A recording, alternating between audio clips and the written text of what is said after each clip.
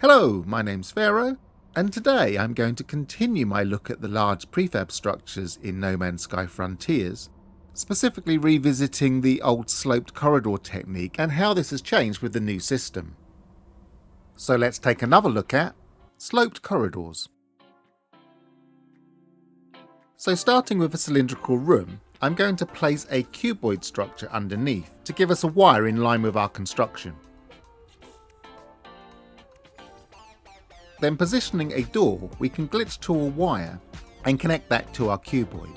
This gives us the exact position that will be required to open the door on any corridor connecting to this cylinder. I will then position a door on the opposite side and again glitch to a wire and pull that to our other door point, giving us a level wire between the two doors.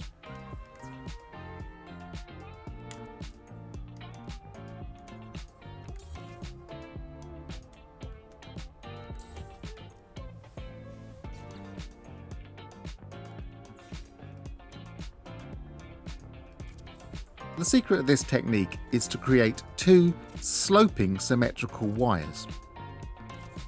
So here I am building out 9 cubic rooms from the cubic room in the centre underneath our cylinder. If we were too steep, we wouldn't be able to open the door on our cylinder. And even if we add adjoining doors, the corridor could still be blocked.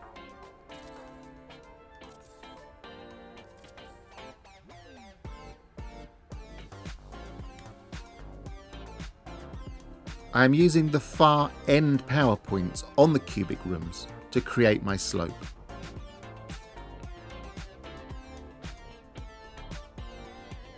I can now delete the cubic rooms, but the central one will stay because it's handy for levelling wires.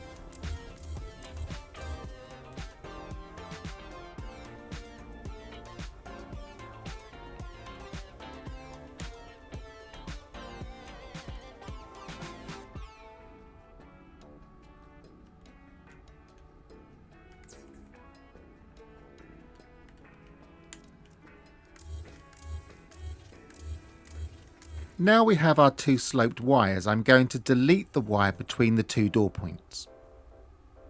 When we are selecting wires, we can use rotate to select which way we want wires, but this keeps it simple. We can use two small pavings to find the position of our first corridor. First we select the wire and glitch a small paving onto the sloped wire. Then we position a second small paving and glitch to a wire. Then pull the wire from that point all the way to the end of our wire, keeping the wire point level. We need to do this on both sides to maintain our symmetry.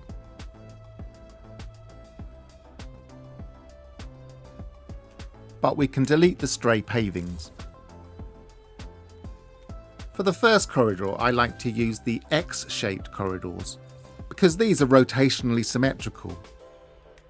The normal corridor glitched onto this point would point the wrong way.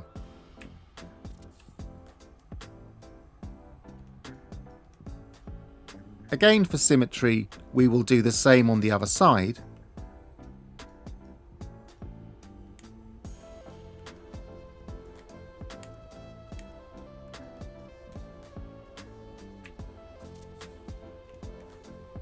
And I will snap 5 more to make a corridor length of 6.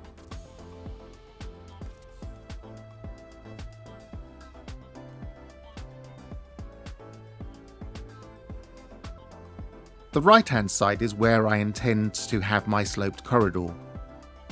So I will snap normal corridors onto the X-shaped corridor and delete and replace the X-shaped corridor with a normal corridor.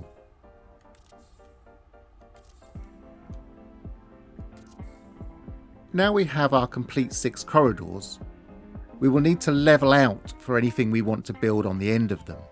To do this, we will need a level wire between the 2 openings on each of our corridors. To find the level for this wire, we will position a door onto one of the corridors, glitch to a wire, drag it to our inline point on the cuboid room, do the same on the end of the other corridor, and this time drag it to our point on the end of the other corridor.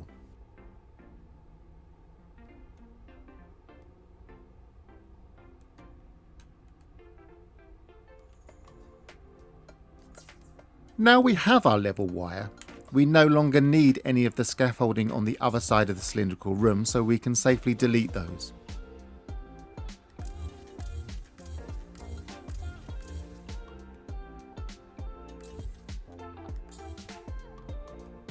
We can also delete our sloped wire.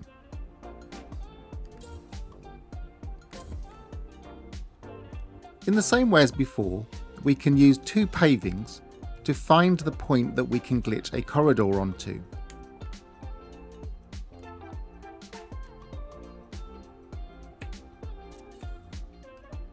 Once we have that point, we can drag it to our level wire.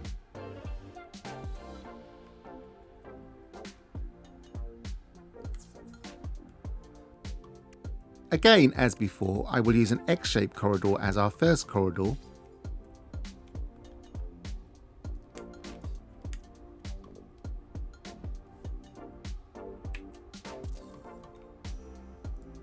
And if I then snap 3 more corridors onto this and delete the first 3, we will leave the required space for a cylindrical room, which we can just snap into place.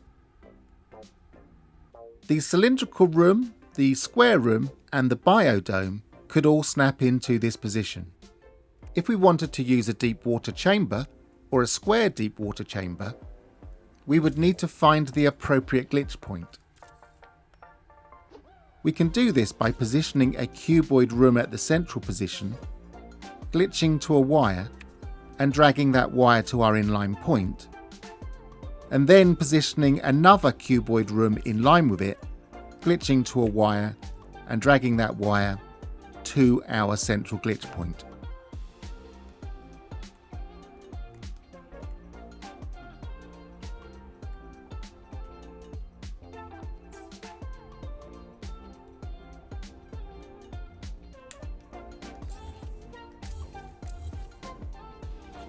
We could now glitch either of our 2 underwater rooms onto that point.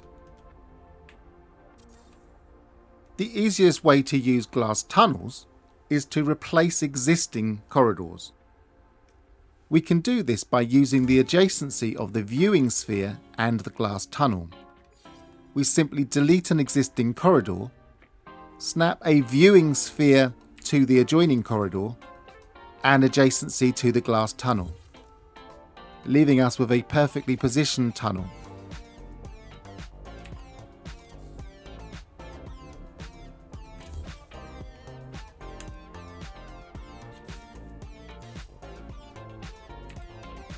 So finally, now we have 2 prefab structures connected with a sloped tunnel between them. If we connect power to any one of the 2 prefabs, the power transmits correctly down the corridors, the doors are properly open at both ends of the corridors, and we can run through the corridors without any hitching.